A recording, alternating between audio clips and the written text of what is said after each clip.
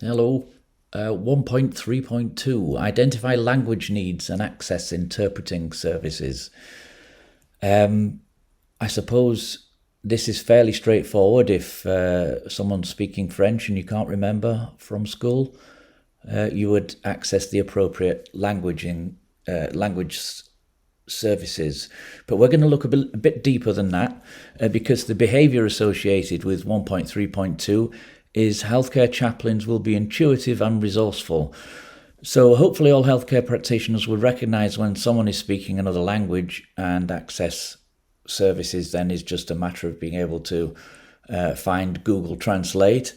So this micro module instead focuses on the more intuitive aspects and one of the consequences of being misunderstood. And that leads to exclusion. So we don't want that. Can your intuition be expanded to recognize different types of exclusion? And if so, how do you do it?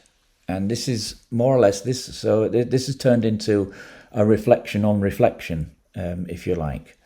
So what we're going to start with is personalize this and think of a time that you were misunderstood. What were the short-term implications? How did you immediately feel? What did you do? And then think about the longer term consequences of what would happen if you'd have continued to feel like that on you, your family, the wider community. I was just to personalize this a second. I went completely deaf for a while with just an ear infection, and I felt like I wasn't in the room at all. It was quite a strange and alienating experience, and one that I've never forgotten when dealing with people with hearing problems.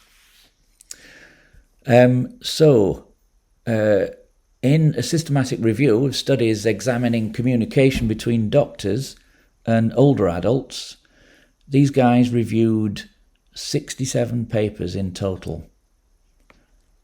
67. And they're studying physician-patient communication with older people. How often did they include hearing loss? Have a look at the paper and find out for yourselves. Not often is the answer. Now, it concludes with some practical suggestions on improving access for deaf people. But this section wants you to think a bit more widely than that. How can you improve your own awareness of things that you naturally exclude?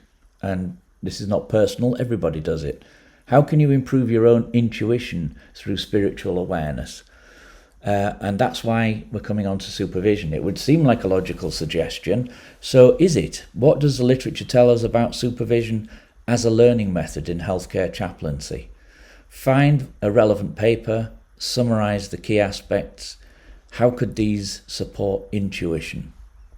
Okay, so we've come quite a long way from identifying language needs and accessing interpreting services to exploring the subtle process of exclusion.